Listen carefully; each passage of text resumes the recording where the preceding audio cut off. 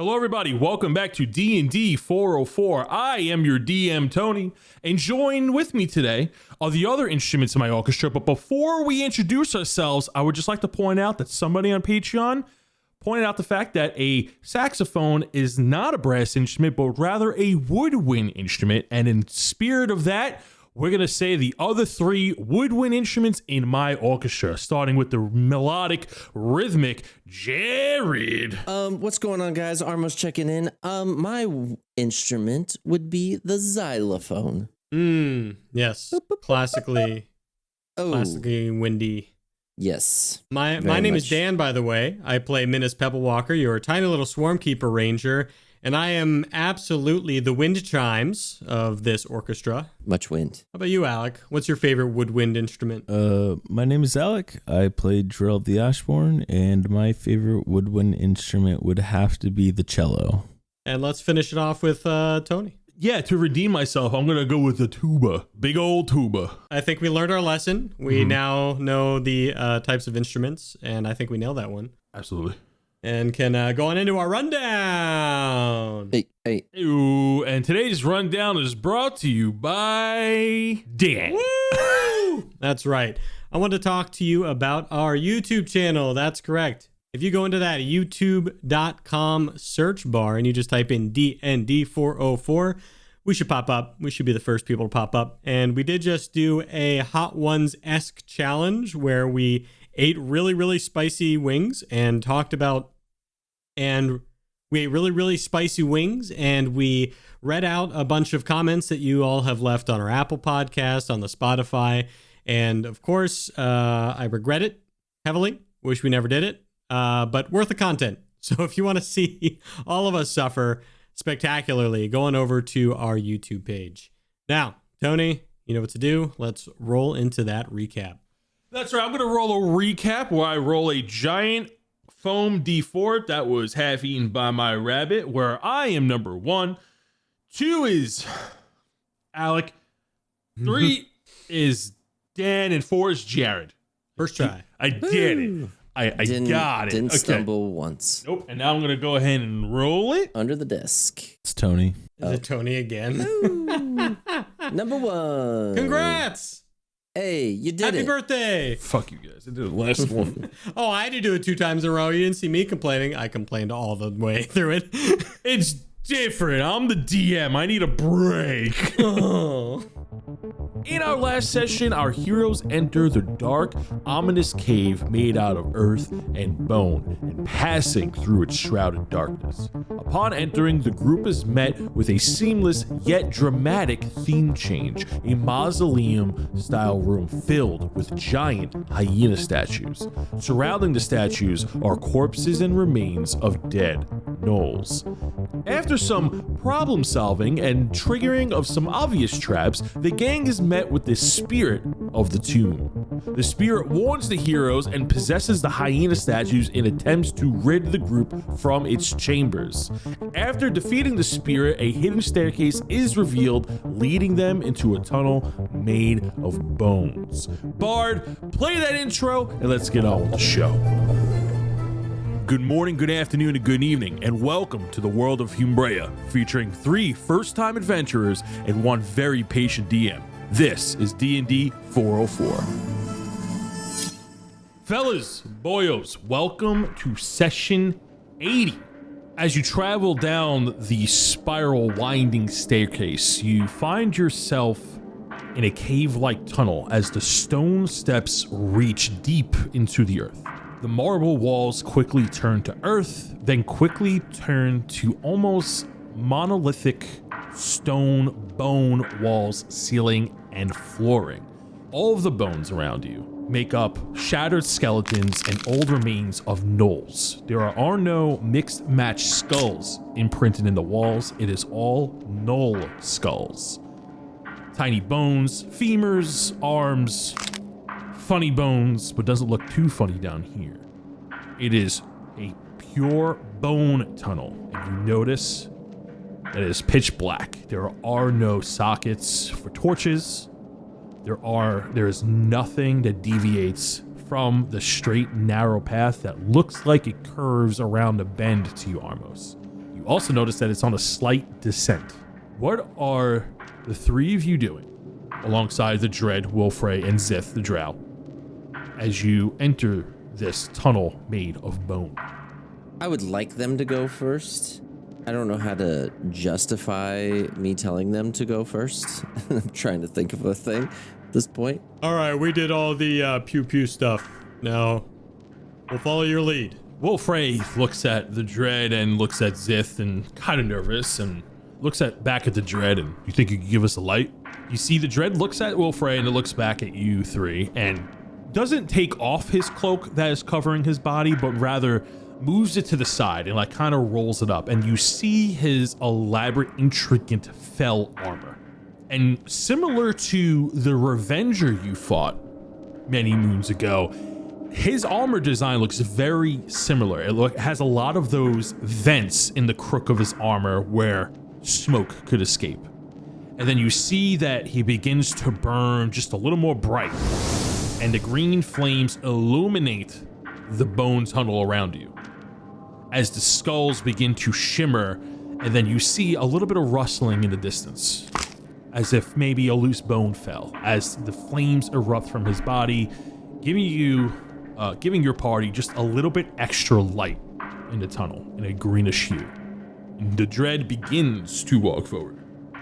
Wolfrey looks back at the three of you and goes, well, Dread will take point, but we should protect him just in case, because I feel like we're gonna need him later for the artifact that we're going after. So we don't want him to get dinged up too bad. And he laughs, and then you see that the Dread looks behind him, and for the first time, you get a sense of nervousness from him as he looks ahead. And Wolfrey takes up the rear from Dread, and then Zith offers his hand to go last, and he puts his arm out in front of him and gestures for the three of you to go ahead of him. That makes sense. Us Rangers should be in the back. I stick with this guy. And he gives you a fist bump. Yeah. When you look down the tunnel, you notice that it's pretty narrow. You will have to walk single file. All right. The marching order is Dread, Wolfrey, who, and who?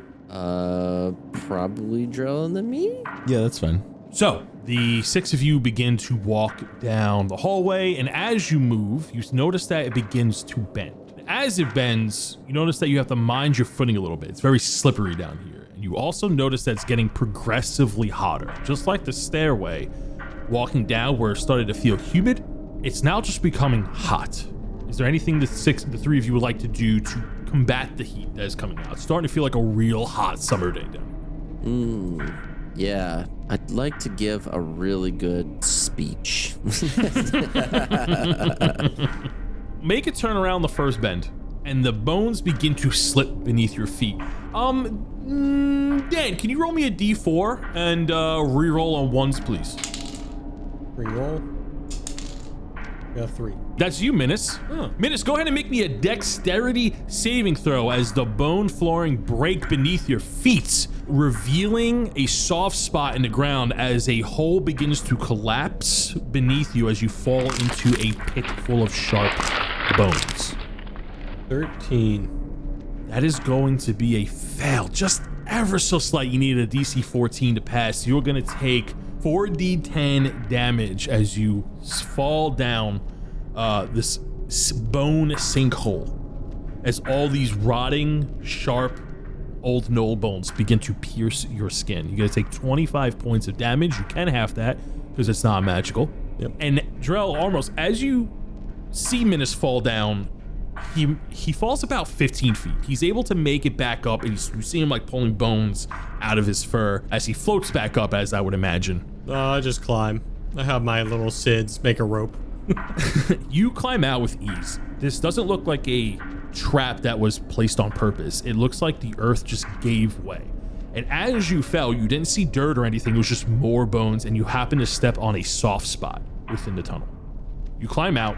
It doesn't leave that much of a hurdle to hop over, but you have to be very careful, and the rest of you jump over, continue to make your way. And a good amount of time passes as you start to walk down, but you begin to hear echoes within the tunnel. Some grunting, canine style barks, like and high-pitched laughter. But you don't hear it in the tunnel. You actually hear it echo in your mind. I'm going to need the three of you to make me a wisdom saving throw of a DC 15 as you start to hear maddening echoes within your mind. I got an 18. 14. Armos and Drell, the two of you fail as the voices begin to get louder and louder, and once again you're feeling claustrophobic as you feel it crushing in on your mind, and it begins to almost bend your mind. It's terrible to listen to. You're gonna take 19 points of psionic damage, like claws piercing your mind as you're hearing this hyena laughter, over barking, over panting, like you're being mocked. Minnis, with your 18, you feel a strong sense of evil within this place. Something beyond material means is haunting these tunnels by a great evil. You see Wolfrey and Zith writhe in pain a little bit, just like Armos and Drell, and then they come back to normal and they're wincing. The dread looks to be immune.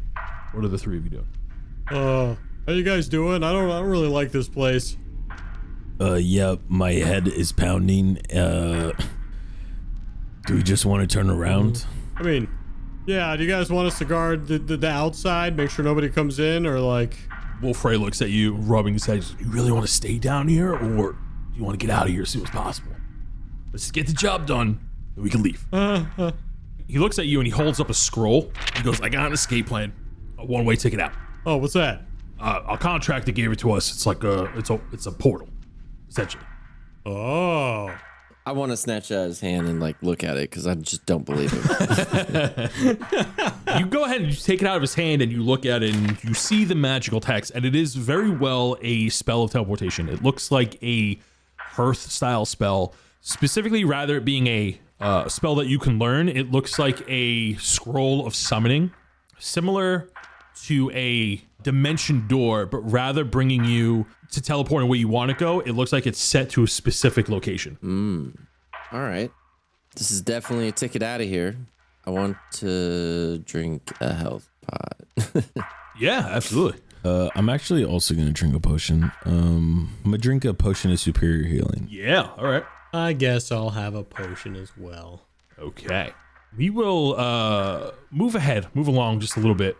As you drink your health potions, the six of you continue to move, and Wolfrey reassures you of this scroll, and verified by Armos, it is a magic spell of teleportation to a fixed location, it looks like. And the six of you walk throughout the tunnel.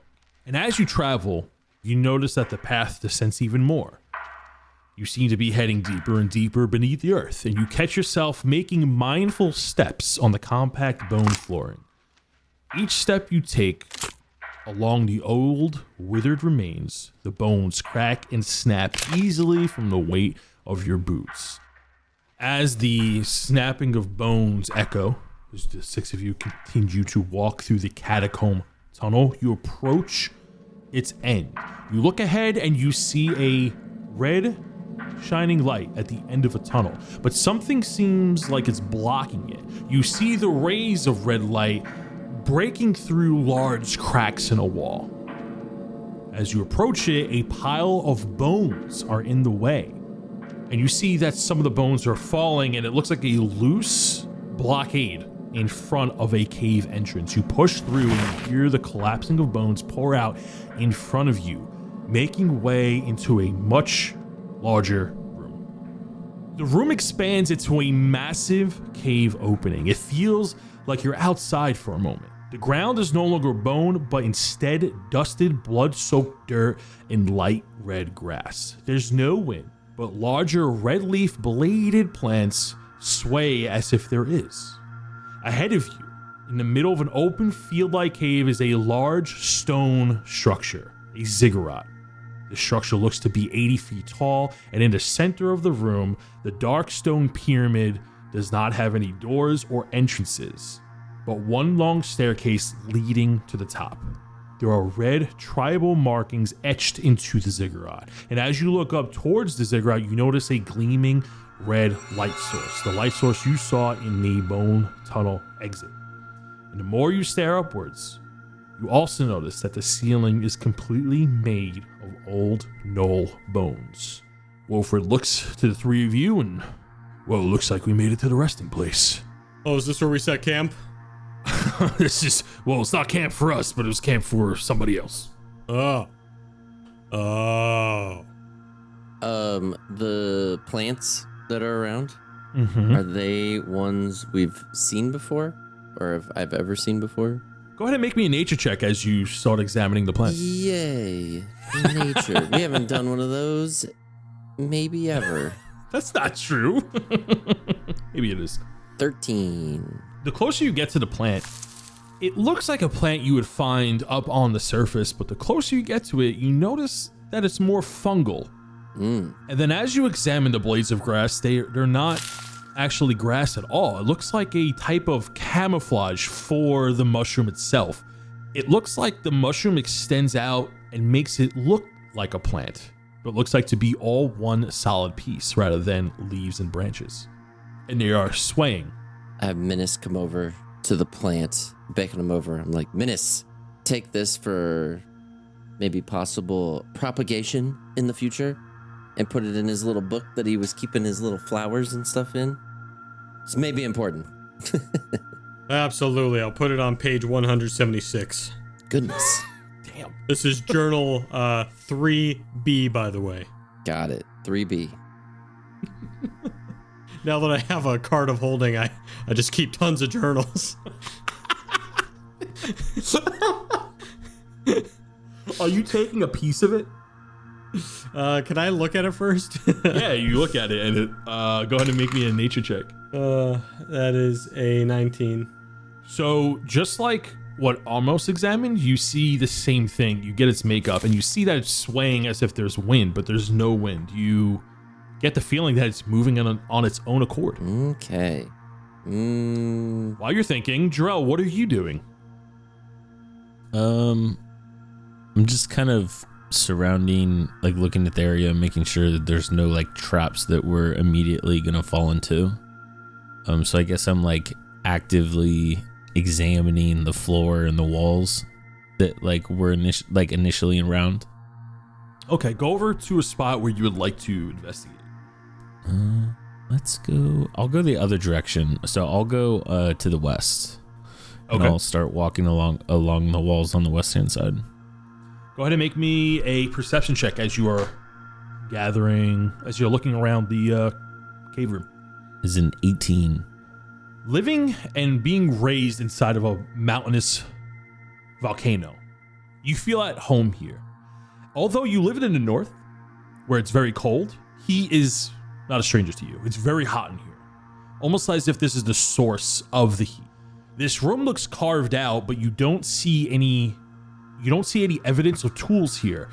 As you look at the cave walls around the stone structure, it looks like Earth moved itself out of the way in this room. When you look back at the stone pyramid-like structure in the center, looks to be melded seamless into the cave floor. It looks like the ziggurat was almost sprouted out of the ground. So I guess I kind of just relay that back to the guys. I say, so he's like, guys, I think this place wasn't built. It was just kind of made, if that makes sense. Like the mountain itself. You hear Wolfray chime in when you finish giving your explanation, and he does say, well, this is legend to be the tomb of a god. Only one way to find out, right? He gives a nervous laughter to Zith. Zith does not look amused, and Dredd gives that cold, fiery stare. Armos, you said you had something you wanted to try with the plant. So we're standing in front of one little bush. Yeah, it's about maybe 3.5 feet tall. Gotcha. A little shorter than me. Let me cut you down a size, and I cut one of the leaves off with my rapier. Okay. It tries to move away. You feel that the stem of the mushroom moves away when you go to grab it, and then you cut it off, and it seems to twitch. Ugh. You see Sid look up at you and look back at the plant, and Sid looks like it's having a reaction to it and going, me, me, me, me, me, me, me. What? Me, me, me, me, me. And then he knocks on his own head. It's 20 questions. All right, first question. Does it have leaves? Meh, meh, meh, meh. Okay.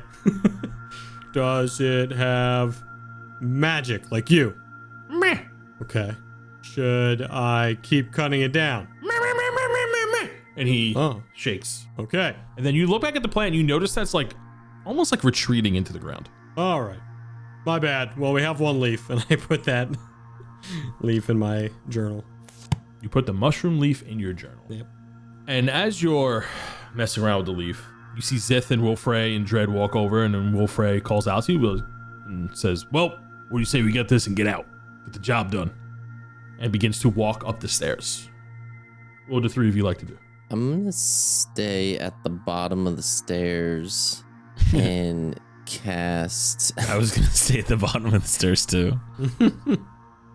and probably I was thinking about casting darkness on myself because I know things are gonna go. Never mind, poorly. I'm going to the top of the stairs. I just know. Why do you think things are going to go bad? Oh yeah. Never saw. You know, when you see things coming your way, you know, fool me once. Wait for me. And then Minnis just goes up the stairs with him. Question. Mm-hmm. Okay, so not the plant that's retreating. I see them running up the stairs, and I all of a sudden get an idea. I run over to the plant that's over by Drell, and I cast friends on it. What does friends do? For the duration, you have advantage on all charisma checks, detected at one creature of your choice that isn't hostile towards you. When the spell ends, the creature realizes that you used magic to influence its mood and becomes hostile towards you. You go ahead and you cast friends as you lay hands on its mushroomy appendage. You get the sense that it's sleeping. Man, I wish Minnis was here. Hey, wake up. Hello. And I nudge it with magic hand because I just don't want to touch it. Do you need me? Yeah. So, Mr. Nature Boy, Yeah, what's up? this plant's sleeping. How are we gonna wake it up? I don't know. Never woken up a plant before. Excuse me. And I shake the plant a little. You shake the plant. Does it look like it woke up? It acts like a plant. And then I cast Speak with Plants. Do you have speak? No, that's not a thing. That's not I a thing. have Speak with Plants, third Do you? level spell.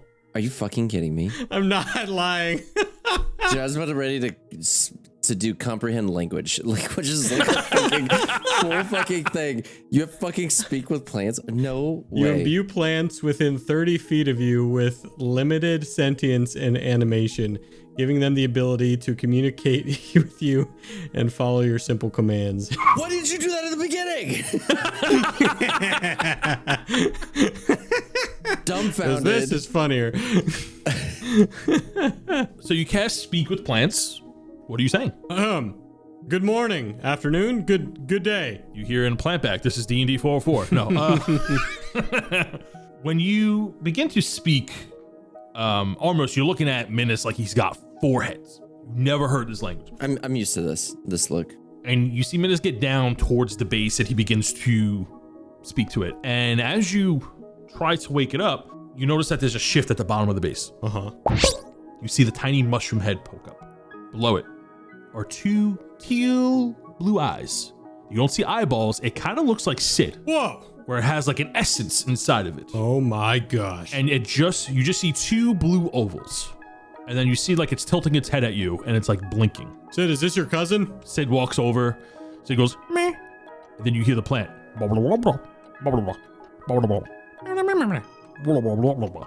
Minnis, you understand is, why have you awakened me from my slumber? It is still the warm season and I need my sleep. Oh, well, we were just wondering if, you know, that this place is safe, if you know what's been going on in this place. Safe for plants, safe for fire, safe for canines. Safe for dogs. Interesting. Well, is there anything you can tell me about this, I guess, temple thing? And that translates to, basically what he's saying is that the structure was here when they got here. Oh, okay then. And then he tells you that they stay away from the stone steps and they just sleep down here. You are the first beings to be here in a very, very, very long time. Oh, wow. Hear that, guys? We're special. We're the first people to be here in a while. Wait, what happened to the other people? Oh, yeah. What happened to the other people? We're here a long time ago. No people seen since we've been here. Sleep. Oh. Well, hey, do you know my boy Sid here? And he looks at Sid and looks back at you, and then Sid looks at you and goes, familiar. Same goddess. Oh, I see you're one with Melora. All right, these plants are chill. Well, hey. And it goes back down. Well, hey, if anything goes crazy, I know you got our back. Okay, they're sleeping. All right. How many of these plants are there? 8 of them. You see 8 of these mushroom-like plants. Well, that's not ominous at all. Okay, well, we tried. Upstairs, everybody. If Armos wants to go up with them, I'm gonna stay at the bottom. Like, just keep an eye out. I think I'm gonna do like a half on, half off type of thing. You know what I'm saying? Like, I'm gonna be in the middle of the stairs when they go up there. I'm going up. Okay, so Wilfred looks at you and goes, okay, you guys don't play with plants? You think we get the show on the road? I'm halfway up the stairs like, yeah, what's taking you so long? Come on.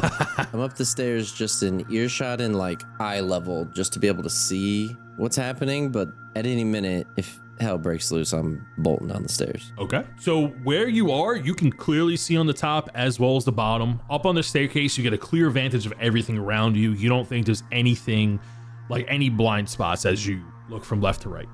There are 3 levels on this stone ziggurat, and the staircase in the front is the only way to the top. It looks like between the 3 layers is about a 20-foot drop off between the 3 with a flat wall. So if you wanted to climb straight up the wall, it would take some doing. Okay. As you reach the top of the ziggurat, there is a red light gleaming around a strange artifact. A sword? A spike?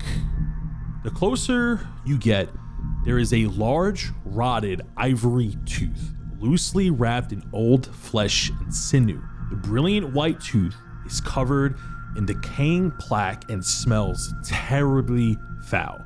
Looking at the tooth, it makes you feel uneasy and claustrophobic. The tooth as a whole is from its apex to its enamel. It looks like a very large and thick dagger. It is about 2.5 feet long. And you see Wilfred as his eyes begin to open wide and he goes, this is it. The tooth of Yeenoghu. And you see the dagger-like tooth floating on its own pedestal. It is floating in place, surrounded by this red light. Minnis, you get the sense of great evil emanating from this tooth. All right, so that tooth is pretty dang evil, guys. Be careful when you're touching it. Wilfred looks at you and, well, that's why we got Dredd here. We figured we may not be able to touch it. Maybe a fire elemental can. And he looks over at Dredd and he looks back at you and you see the Dredd comes forward. Maybe? This thing is emitting very strong heat. Very hot. And you see the Dredd go to put his hands towards it and he tries to bring his gauntlets and you see the flames within him begin to erupt more. And almost like a magnetic force, he can't get his hands to it. You hear like worrying sounds from him, metallic flames from beneath him, and then his hands push away. And you see that his iron gauntlets are cinched in its palms. And then he looks confused and looks at Wilfred. Come on, grab it, bud. And then he shakes his head as he tries again and then pulls away. Well, that's not good. Came pretty far on a maybe, didn't we, huh? Well, I mean, wow, okay. You see Wilfred looks at Zith and then Zith like shrugs his shoulders and looks at you, Minnis, and looks at Armos and goes to Armos and he goes, you wanna give it a shot? No.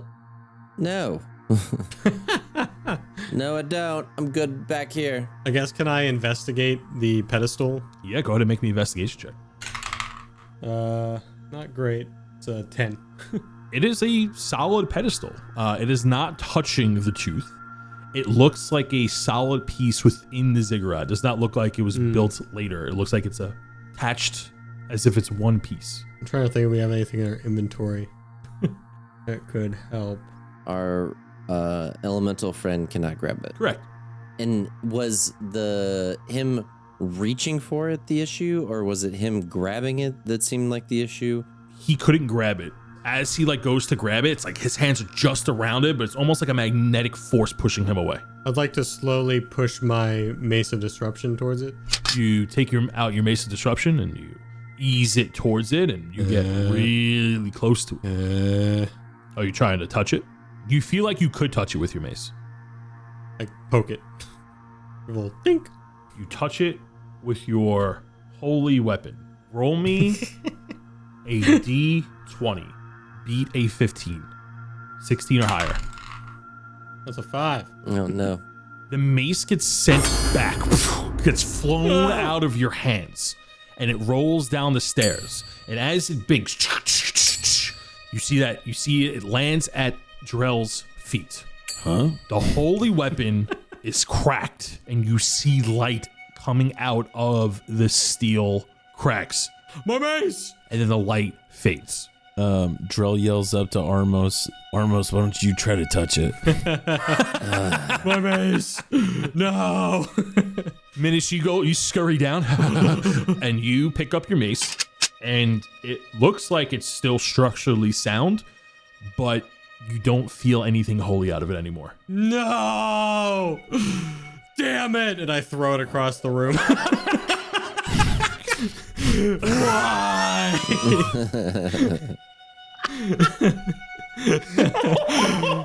Laura! And I'm pounding my fist on the ground. That's fucking great. I throw it across the room. It is indeed no longer a mace of disruption, but rather a one-handed mace. Well, that's what I'm saying. If it doesn't like holy stuff, maybe it'll like... And I look at Armos again and say, non-holy stuff. Oh, man. Yeah, but why don't you go ahead and give it a shot? Reginald chimes in. You know what? That's a great idea. I grab Reginald by the scruff on the back. Wait. That's not the agreed And upon. I slowly start to walk him towards it to see and be like, "Hey, let me know if you start tingling." You see his hairs are sticking up the closer you get to the tooth. Okay. Whoa, I feel not worthy. I'm not feeling worthy. As you put him to it, what are you doing? I keep pushing him closer to see if has any kind of pain before I you know what I mean?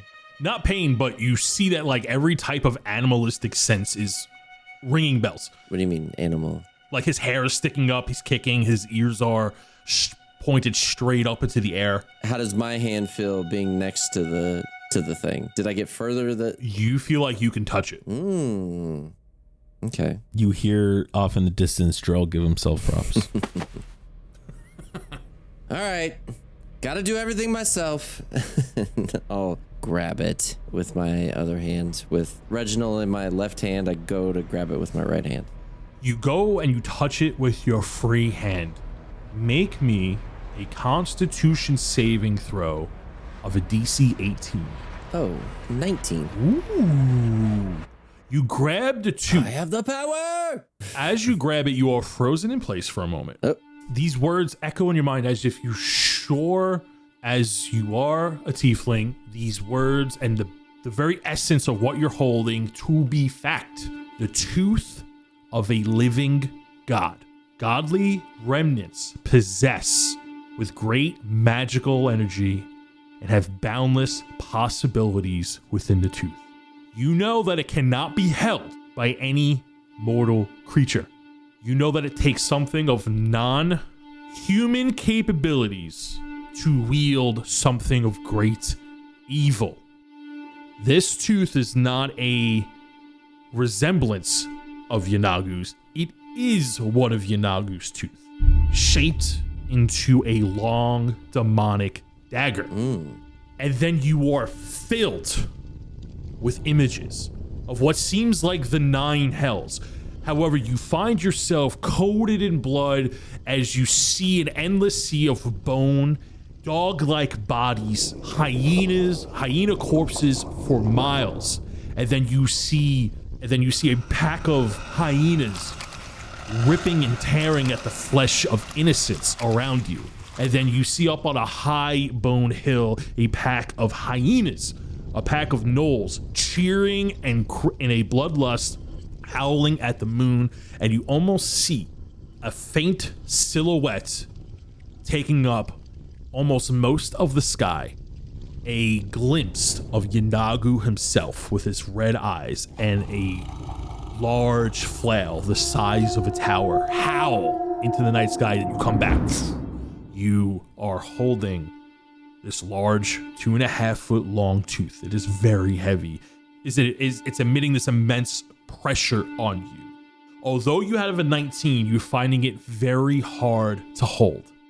You try to wield it as like a dagger, and it feels very heavy in your hands. You feel like you can use it, but you are concentrating on not losing your sanity. You are now concentrating as if you are concentrating on a spell, Armos. Mm-hmm.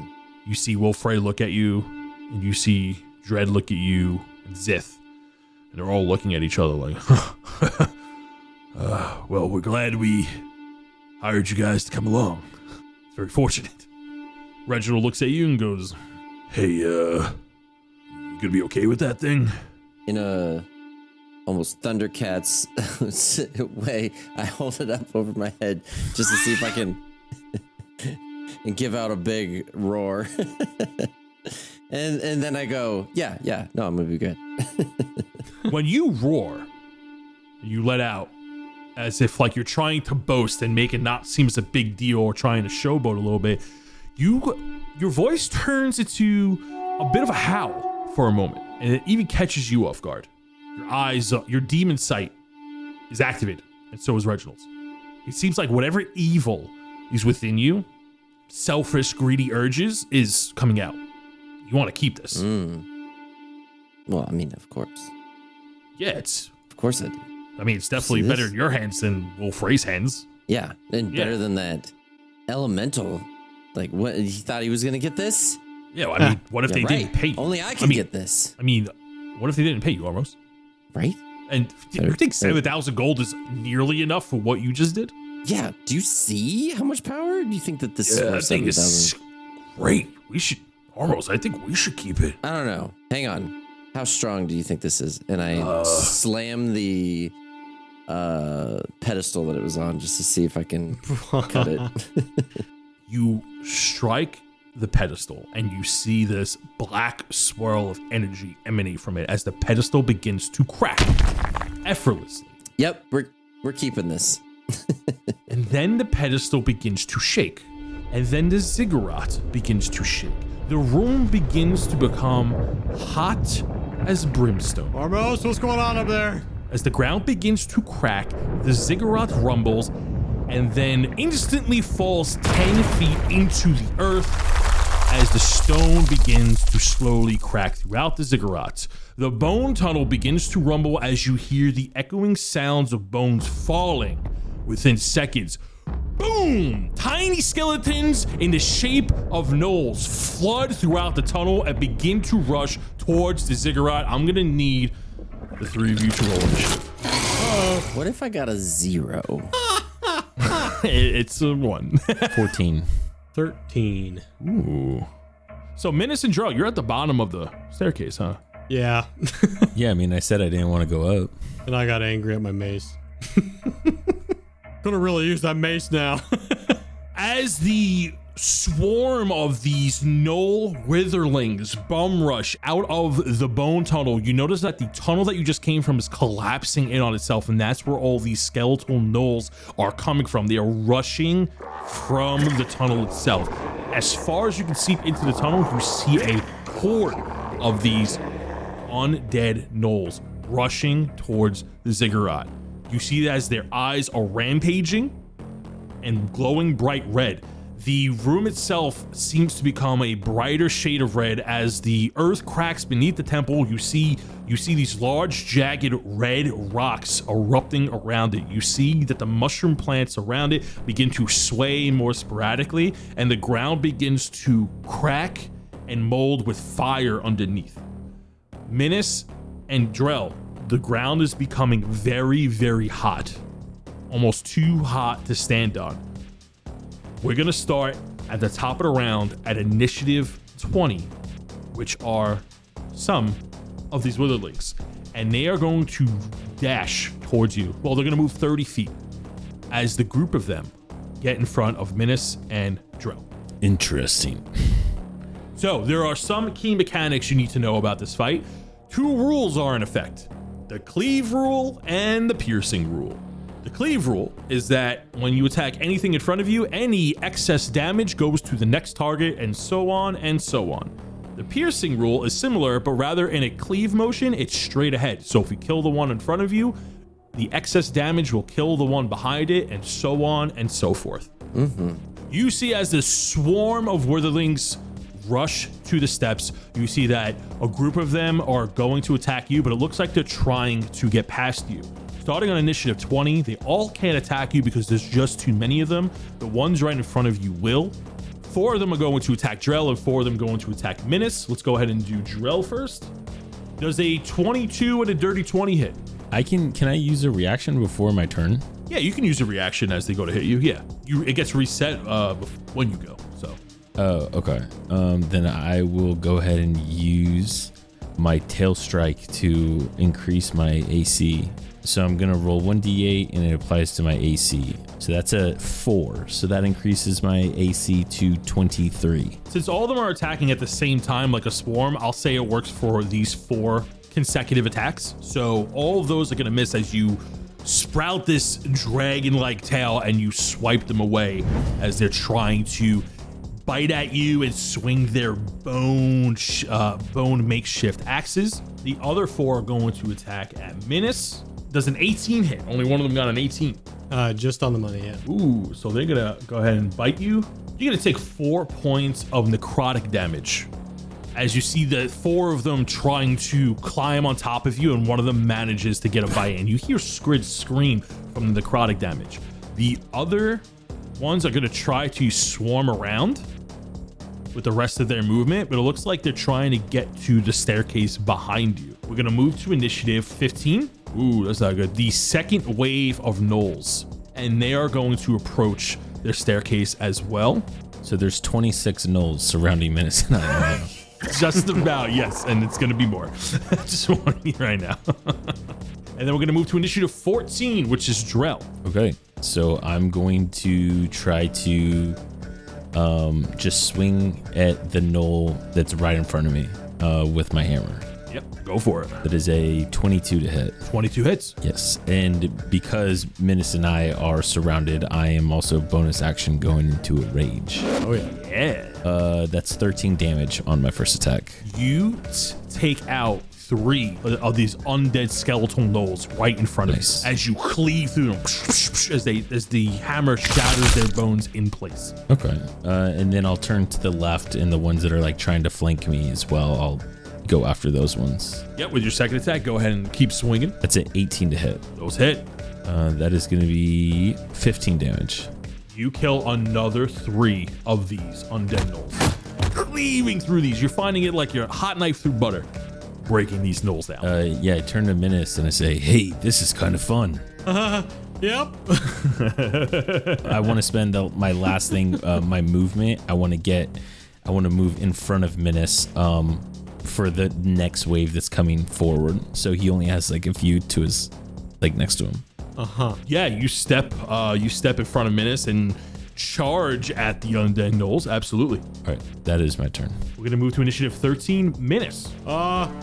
You got this, Drell. Poof, and I go invisible with my bonus action. Can I get up the stairs and then over to the 2nd level ledge? Yeah, you can absolutely do that. Yeah, I'll go do that. So you will take 2 opportunity attacks. Yeah, do they make those at disadvantage because I'm invisible?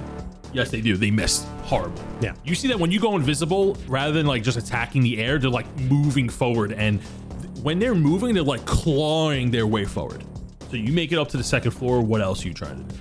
I don't know if this is good. They might even be immune to this, but no harm in trying.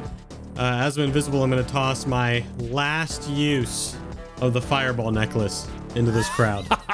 Yeah. Wow. Yeah. Oh, look, it looks like my 36 gnolls are in a 30-foot cube. So it's literally every single gnoll in front of Drell except for the 6-2 is left. Yeah. Are going to take 26 points of fire damage. A eruption, an explosion, a mushroom cloud of bones. Almost like a strike on a bowling alley. All these bones and pins fall. Ding, ding, ding, ding, ding, ding, ding, ding. And as the dust settles, you notice that there is another massive wave deep in the tunnel, sprawling and clawing their way out. But you manage to make a significant dent in the horde, but you still see more in the tunnel clawing its way out. As my necklace of fireball finally disintegrates away. Gone forever. I'll miss you, fireball! Awesome. We're going to move to initiative 10, which is Wolfray and company. Wolfray, Dread, and Zith clap at you as you just obliterated a large group. And Wolfray goes, not bad, kid. And you see that he's looking at Armos and he's holding the tooth and he goes, okay, what do you say we get out of here, huh? And he takes out the scroll and he unravels it and he begins to cast. And then as he's about to read the words on the scroll, he looks back at the three of you and he goes, keep them off me, and then begins to chant. And you see that the spell is going to take a minute to fully cast as he is reading the incantation, and then you see like this magical swirl ahead of him, almost like a portal is summoning, but it's going to take numerous rounds for it to actually go off. Yeah, when you say a minute, do you mean 10 rounds of combat or like? I'm saying a minute in a New York sense, like this is going to take a second. It's going to take a few minutes.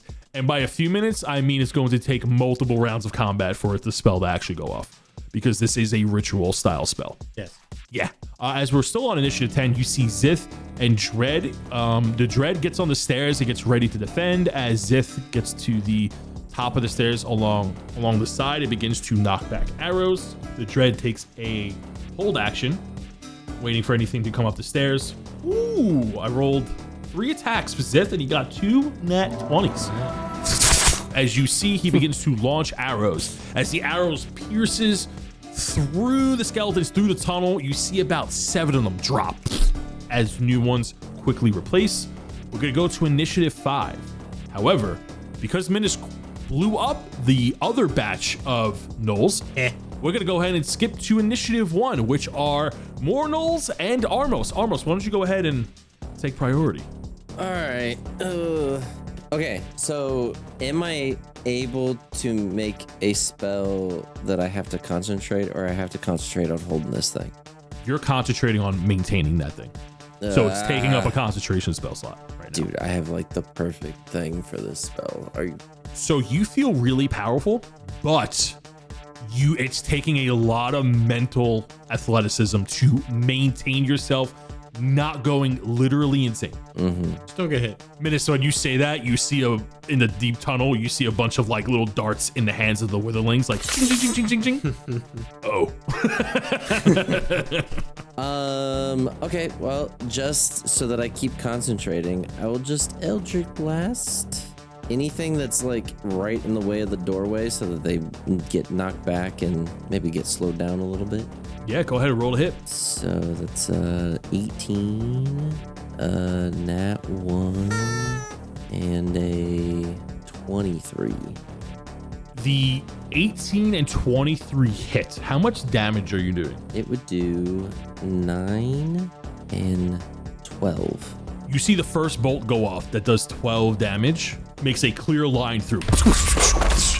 The second bolt you go off, you manage to take out 2 of them in a diagonal line, and the third one whiffs. Sweet. I think that's it. I think that's all I'll do.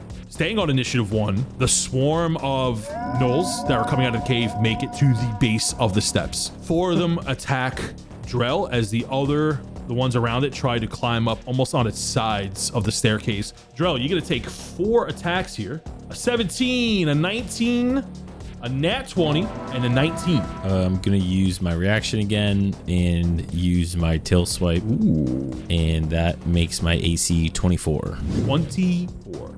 The crit also has a 24. Okay. But the other 3 are going to miss as your tail sprouts out. You're going to take 8 points of necrotic damage Nice. as it bites down on you. Staying on initiative 1 as the others are trying to go from the side, you see 3 in the back are going to toss sharp bones up the stairs. They're going to make 3 separate attacks, 1 against the Dread, 1 against Frey, and 1 against Armos. All wildly miss as you see a barrage of these sharp bones go through. And we're going to go back to initiative 20. And you see more of these gnolls come through and start to make their way.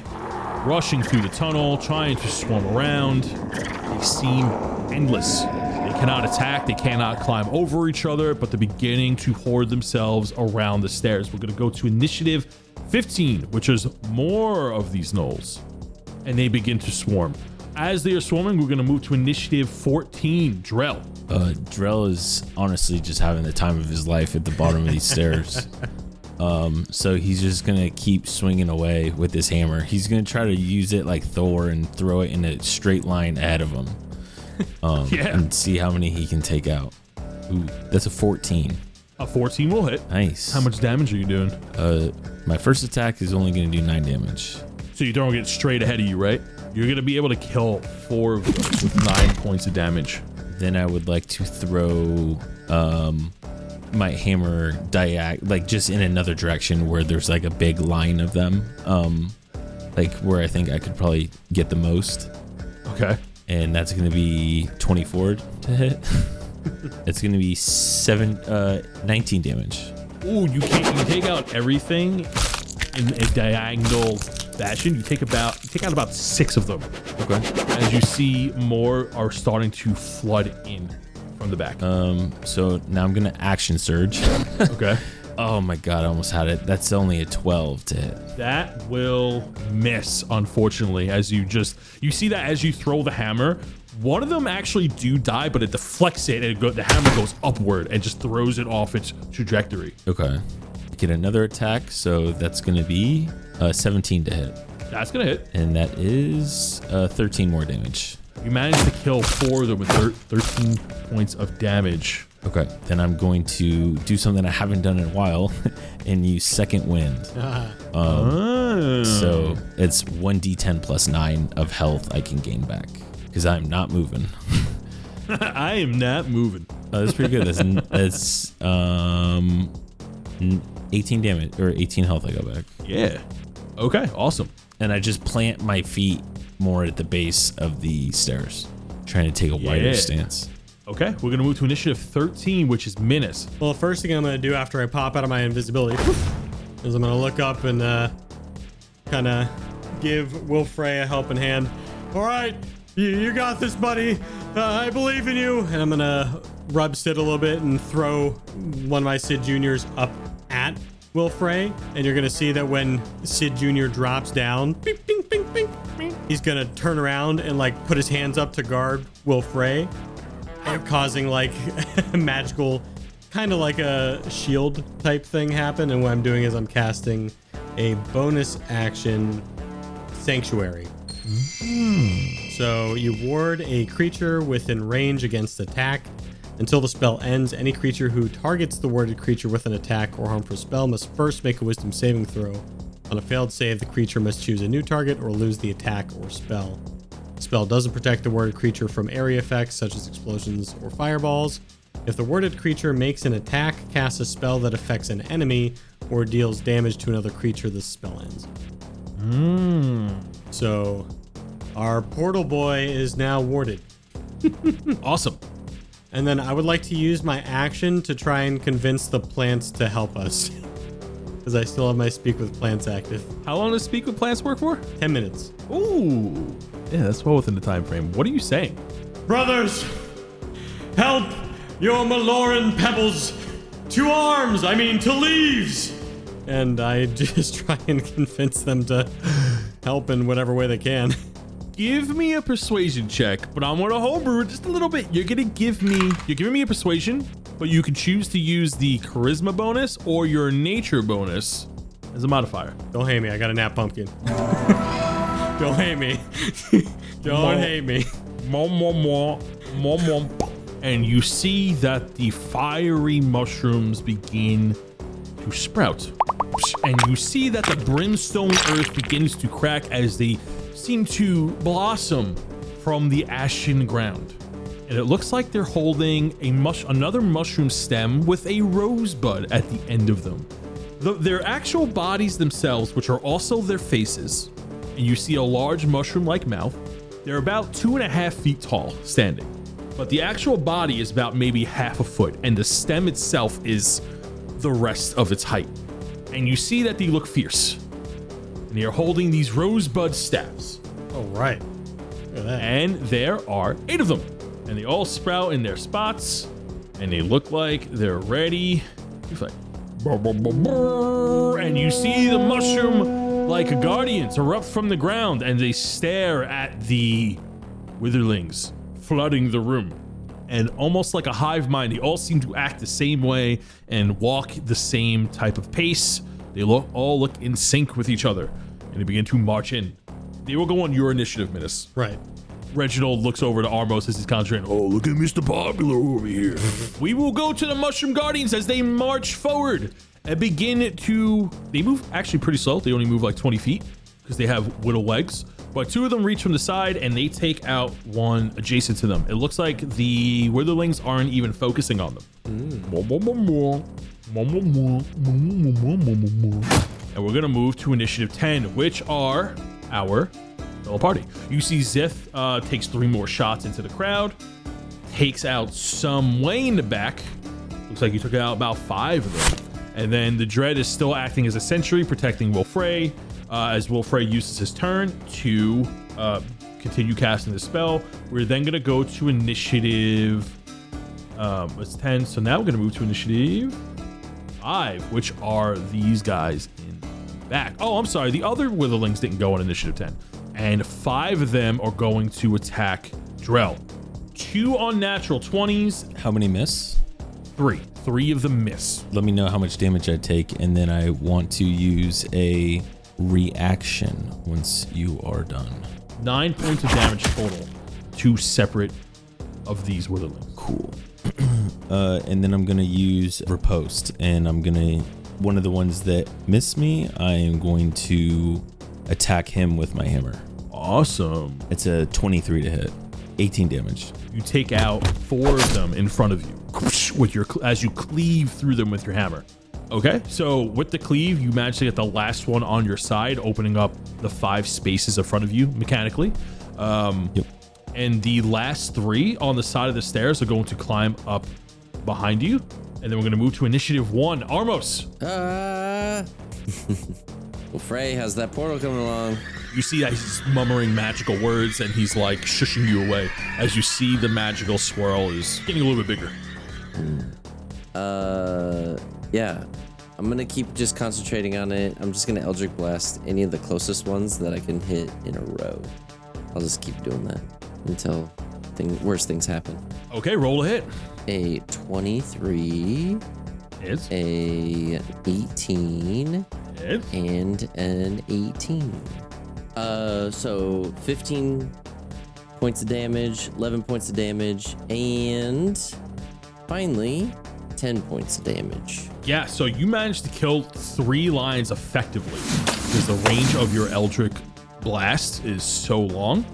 You kill a lion straight down, poosh, the bolt goes right over Drell's head, nearly clipping him. You kill, and you're shooting at an angle, so you're gonna kill about 3 lines of people, almost hitting the mushroom. What else are you doing? That should be it. On initiative 1, as you are shooting, you feel like you made contact with something larger as larger rumbles come from the tunnel. You see this ball of bones roll out, Indiana Jones style, and it begins to unfurl. 2 of these large skeletal bones stand up into 2 larger versions of these things. Okay.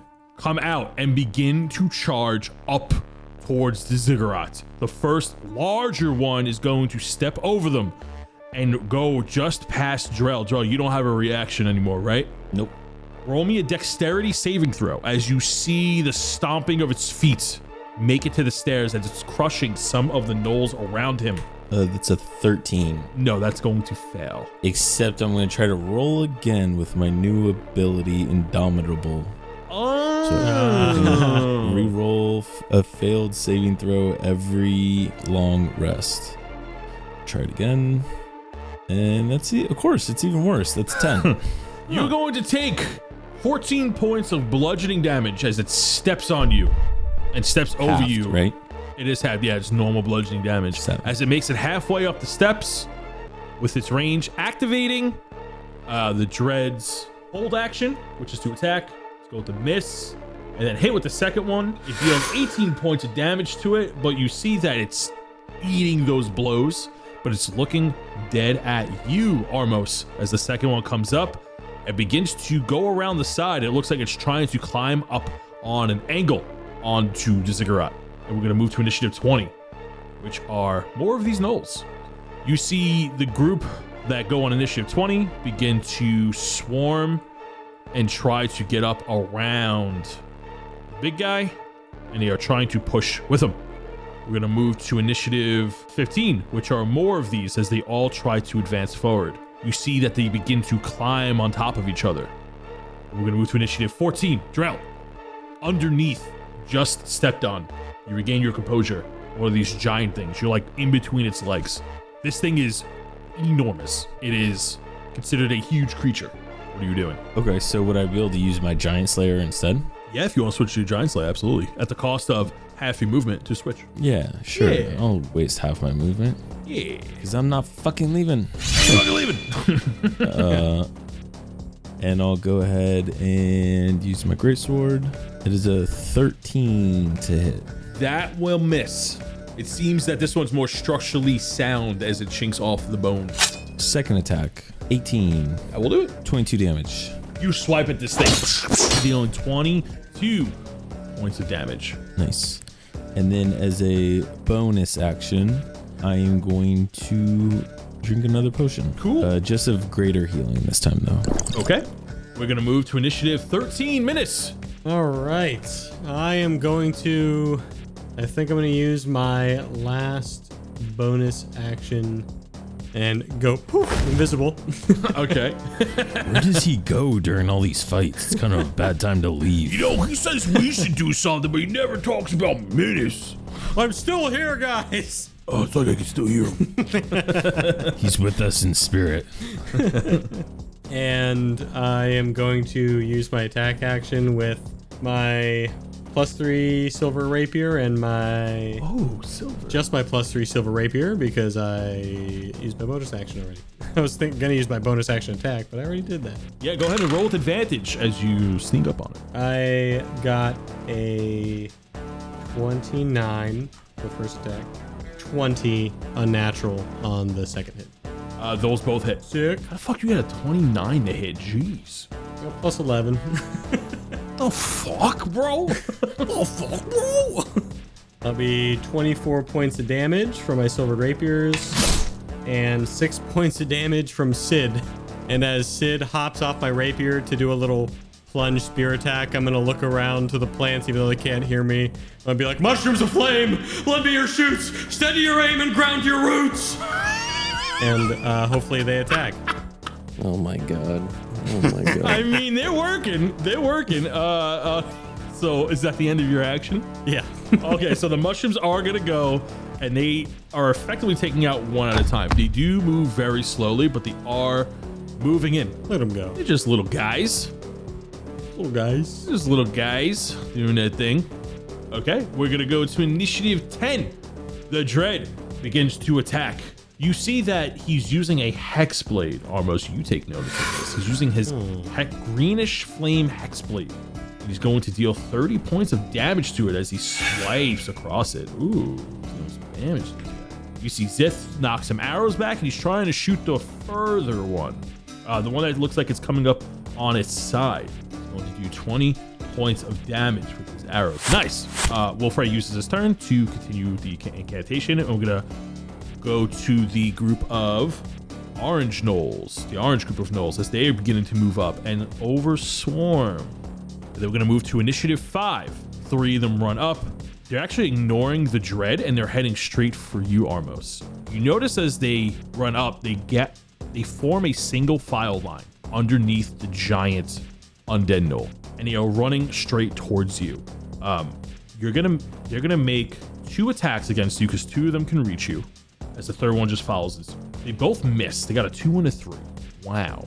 Now we're gonna go to initiative 1, which is you and these 2 very, very large undead gnolls. All right, I'm gonna take the tooth and just like I sliced downwards on the pedestal, trying to slice the gnoll in front of me from head to toe, straight down. Roll me a D4. D4, 3. As you slash down, it instantly makes contact. You didn't even have to roll to hit. As you slam the tooth down, it makes a giant vertical red blaze of energy, almost like fire. You don't feel heat from it, and it shoots forward all the way to the bone tunnel. A power unlocked from the tooth itself. A giant red seismic wave comes from it. I'm gonna need you to make me a concentration check, as you looks like you just unlocked something from the tooth. I rolled a nat 1. Oh no. Great. Use your inspiration. Wait, I do have inspiration. You do have inspiration. Yes, it is a dirty 20. Yes! You launch this magnificent red seismic wave and you kill everything in a straight line down. But there's a problem. Don't say that. Roll me 5d10. 5d10. Yes. 35. You deal 35 points of necrotic damage with everything this thing touches. You deal 35 points of damage to this large creature, and it looks like it's in shambles, but it's still somewhat connected. But Drell's in front of you. And Drell takes 35 points of necrotic damage as he is in the way of the seismic vertical blast. Ow. What is going on up there? You see as you let out this blast, it like travels along the floor. It looks like a crescent moon of red energy, and it leaves the ground cracked and scarred where it went. It looks like it went to the edge of the room. Go ahead and write down the wave of Yeenoghu. It has a recharge. So the next time you want to use it on your turn, you have to roll me a d6. And when you roll a 6, it recharges. I can use it again when? So this is a recharge ability. Now, a recharge mechanic is really specific for monsters. I don't think many items have this, if any. But what a recharge mechanic is that when you use a really strong move, the creature has to roll a d6. And the ability is up again when you roll a d6 on your turn. Yeah, it's like dragons, how they get their like dragon breath back or something like that. Yes, exactly. Oh, so every turn. Gotcha. Yeah, next time point it somewhere else. I have the power. You know, kind of down here by myself as I'm completely surrounded by gnolls. I just parted the sea and Drell's just in the middle of it. Reginald is looking at the tooth as you just let out that powerful blast, and he goes, "Oh, we're gonna have a lot of fun, aren't we, Armos? I don't know about this we thing. This thing's mine. Mine only. It's ours. We are one." And you see his eyes are glowing red. It looks like he's not speaking as himself. While on initiative 1 are there 2 large undead gnolls, as well as a smaller pack. So the first one that is standing over you is going to come down with a huge lumbering fist, and he's going to do a cleave. It's going to hit Zith, Armos, and Wilfrey. Can he hit Wolfrey? Oh yeah, so what does that spell do when he goes to hit him? He has to make a wisdom saving throw or must attack someone else. So this is an area of effect move, so how does that work? Oh, if it's area of effect, then it's fine. Yeah, so he's like doing a swipe, and it's going to try to hit everything in front of him. There's a 16 to hit. Armos, does that hit you? A 16? Yep. You're gonna take 15 points of bludgeoning damage Wolfray will also take 15 points of bludgeoning damage, and Zith dodged out of the way. I can't believe that this is happening. Do you know how long I've been waiting to get hit with bludgeoning damage to finally say this? It is halved. Yeah. Yeah. I thought bludgeoning damage was like the most popular, but it kept getting fire, and sliced, and pierced, and whatever else. Make me a Constitution saving throw. Okay. As you have to roll concentration. 18. Nice. You manage to hold on to the blade. I'm never letting this thing go. The last one is going to go, and he's going to make a wisdom saving throw. He's trying to attack Armos, but is attacking Wolfray, so he has to make a wisdom saving throw, right? He got a 9, so he has to attack somebody else, right? Or lose his turn. Yeah. Okay. Armos is in range, so he will attack Armos. And this is the other big guy? Yeah, this is the other big guy. Okay. With a 15. Bring it on. Today's your day, man. You can take more bludgeoning damage. Woo.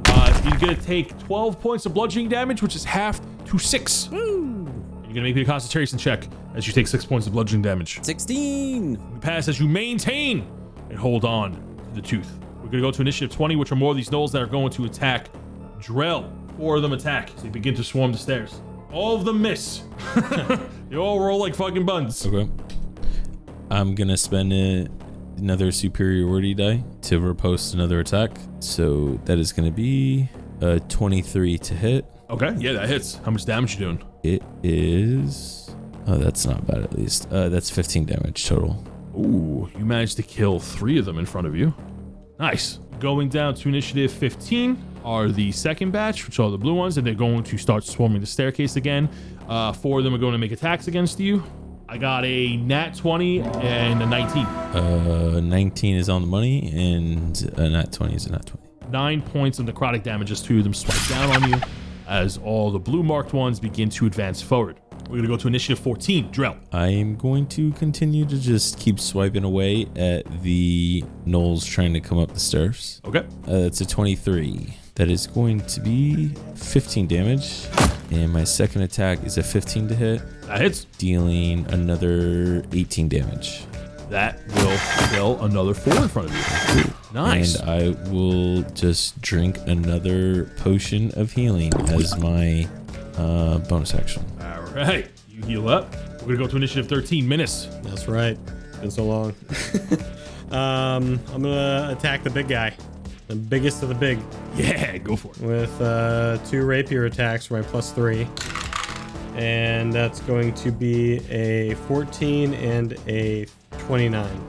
The 29 hits. So that's going to be 13 points of damage from the first rapier attack. Then I'm going to do a bonus action with my regular silvered rapier. Yeah. And that is an 18 to hit. That hits. So we'll take 10 more points of damage. Plus 3 points of damage from a Sid. And then I suppose I will use since I'm not concentrating on anything, I'll use a favored foe to mark this big guy and do another 4 points of damage. Oh, the favorite foe crumbles him. Oh! As bones, it just begins to collapse in on itself. Am I glad I remembered that? We're gonna go to initiative 10, which are the 3, and you see Wolfray murmur his last words as a portal begins to open in front of him. He looks at the Dread and he looks at Zith. He's like, "Come on, let's get through. Come on." And he, as he's like opening the portal to try to get you through, he's maintaining it. You see Zith takes the lead and he jumps through the portal. You see Dread goes through, jumps through the portal, leaves. So you see the gnolls begin to rush up again. One tries to get past Drell. Drell, do you have a reaction? I think so, because I don't think I've been attacked since it's been my turn. I think I got attacked before my turn. Yes. 3 of them are trying to get past you right now. That is a 16. That hits. Go ahead, roll for damage. If you roll higher than 10, you can kill all 3 of these. That is 12 damage. Knock out all 3 as they begin to run up. There is one in front of Wolfray. He is going to attack you, Armos. There's like a little one that got by. A natural 20. How many times did Tony crit in this one episode? I am rolling a lot of dice. Yeah. For like literally 70 undendals, so it's gonna happen. 10 points of necrotic damage. Wow. And I'm gonna need you to make me a Constitution saving throw. as you try to maintain. Concentration check. Concentration check, yes. A 14? Yeah, you just need to maintain a 10. Oh, okay. Easy. Easy peasy as you take 10 points of necrotic damage, and we're going to go down to initiative 5, which are more of these witherlings. Did you skip my little mushrooms, by the way? Oh, no, they also go at 10. You're absolutely right. You see that they begin to poke. The mushrooms go, boop, boop, boop, man. They take out one effectively. Man. Love it. And we're going to go to initiative 5, which are more of these witherlings. 4 of them going to attack Drell. 19 and a... Wow, another 19. The other 2 miss. Both hit. You're going to take 6 points of necrotic damage. Ow. Then we're going to move to initiative 1. Armos, it is your initiative. So portal's open. I got the dagger. It's looking like an easy just scooch in the portal, right? Yes. I don't trust him, so I'm gonna wait for Drell and Minnis to get up the stairs. Or I'm gonna Eldritch Blast the big dude. Does a 16 hit him? It does hit. And then I'm gonna hit the little guy that's in front of me with the other attack. You know what? Let's just not talk about that nat 1. Let's go ahead and just try again. And a 20. So there we go. Oh my. So the big guy, I want to be just absolutely flung across the little area that we got. That's 9 damage. Okay, so he moves back 10 feet. And then the other one is 8 damage on the little guy in front of me. Little guy dies, and you hit one down the steps. As it whizzes past Drell, kill 2 of them. Perfect. I'll do Hellish Rebuke on the big guy. Oh, yeah. And you see that when Reginald explodes on the big guy, it burns brighter than you've ever seen it before. You feel that he's also powered by the Tooth of Yeenoghu. Ooh. So dexterity save of 16 or 17, and then he does 15 damage. 15 points of damage. Awesome. And then, actually, no, I'm gonna take a step closer down the stairs and yell out for Minnis and Drell to hurry up and get up here and get kind of closer to Minnis in case this dude tries to do anything to us to try to leave us, because I know that they're not gonna leave without the dagger. Okay. And then that's my turn. All right. While on initiative 1, you see the giant witherling steps onto the second layer, approaches you, and is going to make attacks against you. Opportunity attack, mushroom. He's on a higher level, so no, it won't. He's on the ground floor. But it's a good thought. It was a good thought. I like that. I had to make the joke. It's going to be a 17 and a 15. Yep. You're going to make 2 concentration checks. Yeah. The first one did 8. The second one did 6. 11 on the concentration. All right. Now, second one. It's a 5. Wait. Your wait, thing. Wait. I know what you're doing. I get to add a D10 once thing. Once per day. Does that go for concentration checks? Any roll. Once per race on ability checks and saving throws, you can add a D10 to your modifier. Boom. And you got a 4. Yeah. Got a 4. A 4. That's a 9. Still not enough. That fails! As the tooth, with immense pressure, is just too much to handle, you are suddenly swarmed with all these images of ravaging canines and hyenas eating and feasting on a body, and then suddenly, there's a swift point of view change. You see yourself at the bottom of these naggy, toothy jaws as you feel yourself being eaten. So visceral that you feel like you're actually being eaten alive. As you snap back to reality, you are going to take 25 points of psionic damage as you drop the tooth as it rolled down the steps a couple of feet beneath the feet of the giant gnoll. And as you look at your skin, as you snap to, you actually see your skin full of these toothy bite marks. And they're not bleeding, but they are deep indentations, like you were actually feasted on for a moment. Wow. Minnis, the dagger is actually within reach of you because of where Armos dropped it. It is in range of you to pick up. As you see all the gnoll's attentions look towards the tooth. We're going to go to initiative 20. Which are these gnolls, and they are going to try to bum rush past Drell. As you see they're trying to grab it, it looks like they can't. 2 of them break and shatter in place. So like Drell, they're starting to ignore you as they're passing through. We're going to go to initiative 15, and the same thing is going to happen. as these blue ones are trying to get up. We're going to move to initiative 14, which is you, Drell. So I would like to, can I dash up the stairs and as I'm dashing up the stairs, try to grab the tooth? You will take attack of opportunities here. I figured I'm probably going to take a lot of them. So yeah, I'm just going to try to say, well, time to go. And I'm going to turn around and run up the stairs and try to grab the tooth and run it back up to like where Armos is. And if I can reach with the, I can reach the portal with the dash. So, yeah, I want to try to do that. You're going to take 4 attacks here. Oh my God, they all missed. You go ahead and you pick up the tooth. Make me a constitution check of a DC 30. Excuse me? Okay. Oh yeah, well I can't even make that because I only have +9 to constitution. Yeah. I'm gonna shit bricks if you get that 20. I was close. I got a 23. So when you pick it up, you instantly drop it in place as you feel the immense pressure. And once again, just like Armos, you feel yourself being eaten alive by these hyenas in one of the 9 hells itself. As you feel this immense heat and pressure on your body, you are going to take 21 points of psionic damage. Ow. Armos, why'd you drop this thing? I'm sorry. Can you come back and get it? God. That's going to be your turn, actually, because when you pick it up, it stops you. It's going to forcefully end your turn. Okay. As you feel the prime evil take over for you for a second. And then we're going to go to Minnis. Minnis, the tooth of Yeenoghu is pretty much at your feet because Drell's right next to you and he dropped it. What are you doing? Yeah, I'm no longer concentrating on Hunter's Mark since it killed that big guy. So I'll cast a 2nd level bless. So I bless up to 3 creatures of my choice within range. And whenever those creatures make attack rolls or saving throws before the spell ends, they can add a d4 to that roll. And I cast that on all 4 of us that are still here. And that'll be my action. And then I will pick up this thing. Minnis, as you reach for the tooth, with your bless, you feel comfort as you reach towards the prime evil of the tooth. Make me a constitution saving throw of a DC 5. What? What? I nailed it. I got a 21. As you pick up the tooth, you feel like you picked it up with ease, as if you were plucking a flower from the ground. Okay. Its evil begins to shine, but rather than seeing the 9 hells, you see a glimpse of Malora in a comforting form of a stag. A flashback to the cave where you first met her.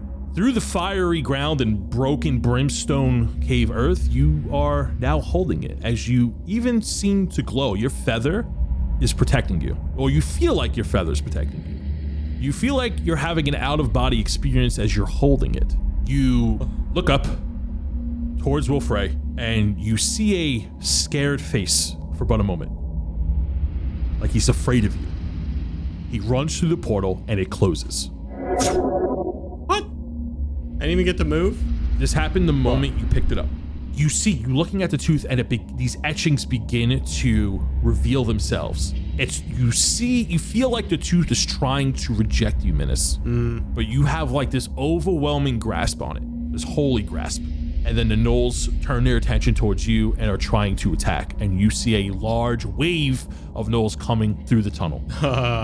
And as Wolfrey runs through the portal, and Minnis, you are holding the tooth of Yeenoghu. That is where we'll end this week's session. What the fuck, man? I knew they would leave us. I don't want to say I called it, but I'm pretty sure I called it. I don't get why they're so scared. You saw the fear in his eyes for a moment. I will say, I do have to add, Drell, you feel somewhat comforted. Armos, you're indecisive about how you feel at the moment, but you see Reginald is like looking at Sid, and he's like trying to shy away from your shoulder. Ugh. Great job, Minnis. Way to pick that up. You know, I was about to pick it up, but then I was like, I'll just wait for you to pick it up. So it was a choice. No, it was crazy. They were on our side at first. I don't know what happened when I picked it up. We'll find out next session. I knew I liked that Jared waited because I had a feeling I was going to say something, but I was like, if Jared just jumped through, or if Armos just jumped through the portal, Minnis and I probably would have got left. For sure. No. There's a part of me that I was like, I really want to just stab this guy for the sake of it, but I mean, can't trust him. mm-hmm. Now I can't wait to tell him when we say that we killed his mom. He's gonna be so pissed as I'm killing him. Right. Oh man, Your mom sends her regards. Blah. blah.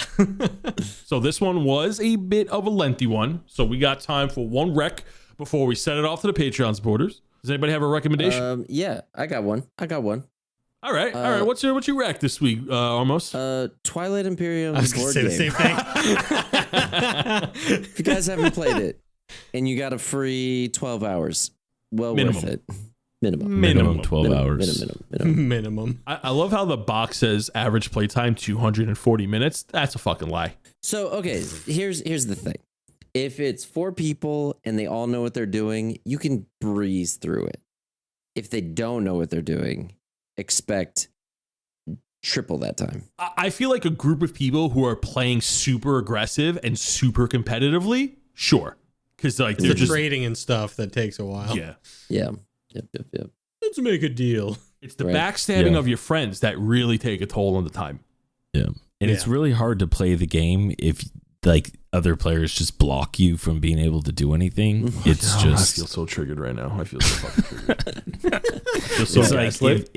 if you try to like make an alliance with one of your like other people playing and they just block you from moving all your stuff. Right? Well, maybe if you want to make an alliance, you actually, set up real trades. Look at Dan still trying to defend himself.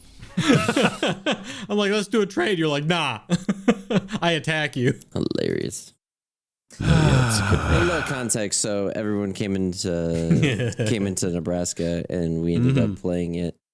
And we had all these other things scheduled and planned, but then we were like, you know what? What if we just play it one more time? So we played one full one the first day, and then when it came to day 2, we played it again. It was pretty fun. But yeah, if you guys have any opinions on Twilight Imperium, have played it, drop a message in the Discord. Yes, please. Yes. All right. And with that being said, why don't you go ahead and say goodbye, everybody? Later. Bye-bye. Bye. Bye. We knew. Hello and welcome to the Patreon Parables. First up is Benjamin Hayes, or should I say, the Dread.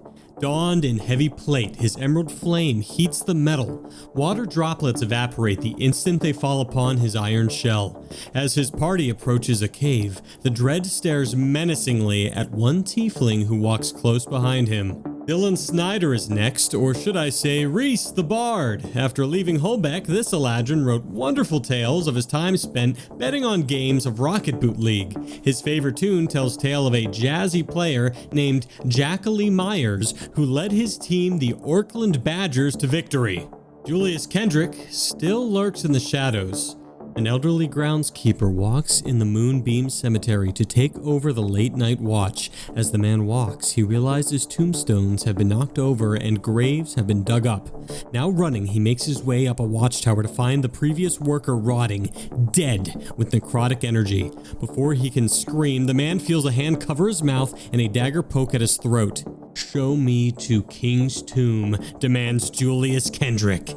Speaking of the dead, Reigns is next.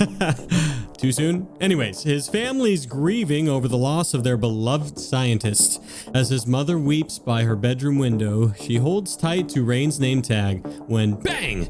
Something hits the door leading out to the balcony. She screams and jolts her head up to see a webbed claw leaning against the glass with red eyes peering through the dark.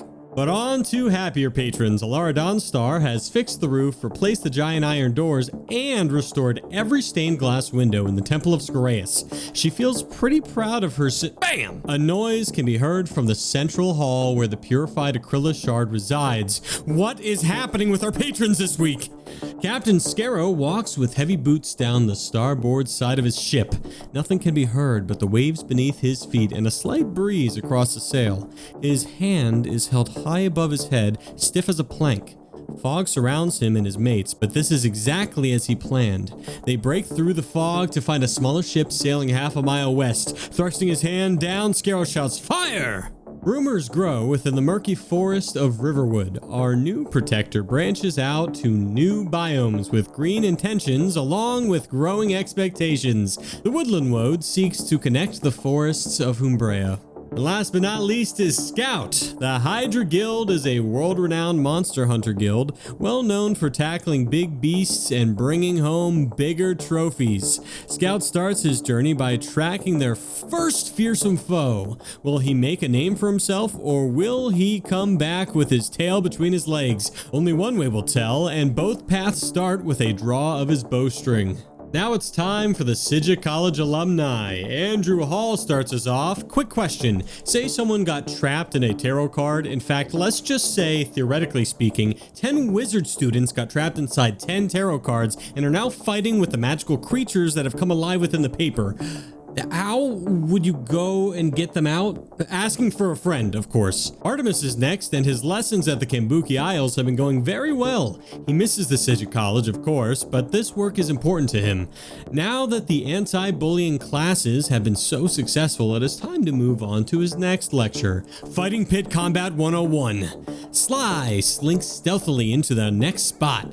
Guards rush past an alleyway with clanking, armored footsteps. After a moment, a half-elf pokes their head out of a barrel. They toss their cloak aside and shift forms, now taking the appearance of an orc. Sly grabs a wheelbarrow and blends back into the crowd. Sakajui is next to the Centaur track star. He just got back from Holbeck, where he got to see his favorite RBL team, the Holbeck Hydras, play against their rivals, the Orkland Badgers. Unfortunately, they lost 2-3. Fortunately, Jacqueline Myers from the opposing team did really well and won Sacagawea his Rocket Boot Fantasy League matchup.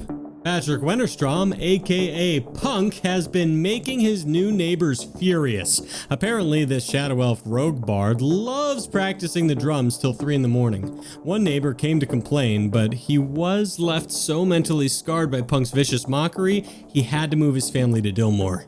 Robert Crisp is back. He wakes to a horde of people standing over him. The doctor tells him he has been in a brief coma, but everything is okay now that he's woken up. Robert tells the doctor he had a terrible dream that a tiny bread village he was studying got eaten up by some jerk named Warden. The doctor looks blankly at Mr. Crisp. Yeah, about that. St. Chaos sits alone in prison. His antics have gotten so out of hand that even the other prison mates won't talk to him. He was able to steal a quill and some paper, but struggles to get many words on the page. The only words so far at the top of the parchment are, "Dear Artemis." And now on to Umbrea's heroes. Abdulrahman is working on a new potion called Anti-Theft Elixir. Hopefully the effects aren't too aggressive. Elijah Vega, aka Nefarious Ducarius, has just started working on a new bodybuilding routine that focuses on beauty muscles. He heard stories of a Goliath with glutes so thick they split a kraken in half. Man with Glass is not accepting carrier pigeons at this time. He's taking a mental health month to mourn the loss of his masterpiece. Sergio Rodriguez has reached his quota for blood shards this month and is being promoted to head guard of the most southern watchtower. Terminal No Name has stepped down from Holbeck Hydras as a player to focus on growing the league as its founder. A famous bard named Baylor Thrift is dating one of the players, so he is trying to take advantage of the new fans. Captain Dandelion is training to become a great thief so that he may someday compete with the likes of shape-shifting Sly. Odumel has just finished healing the last survivors in Dillmore and is now on her way back home. Johnny Tar is currently training in Gilo to be a great fighter, but what kind of fighter will he become? Caleb Schneider has just slayed another Lycan. It was the jazziest battle of his life, and that, ladies and gentlemen, is the end of our Patreon shoutouts. If you would like to see your name read here and support the podcast, please head on over to patreon.com/DND404. That's patreon.com/DND404. See you next time.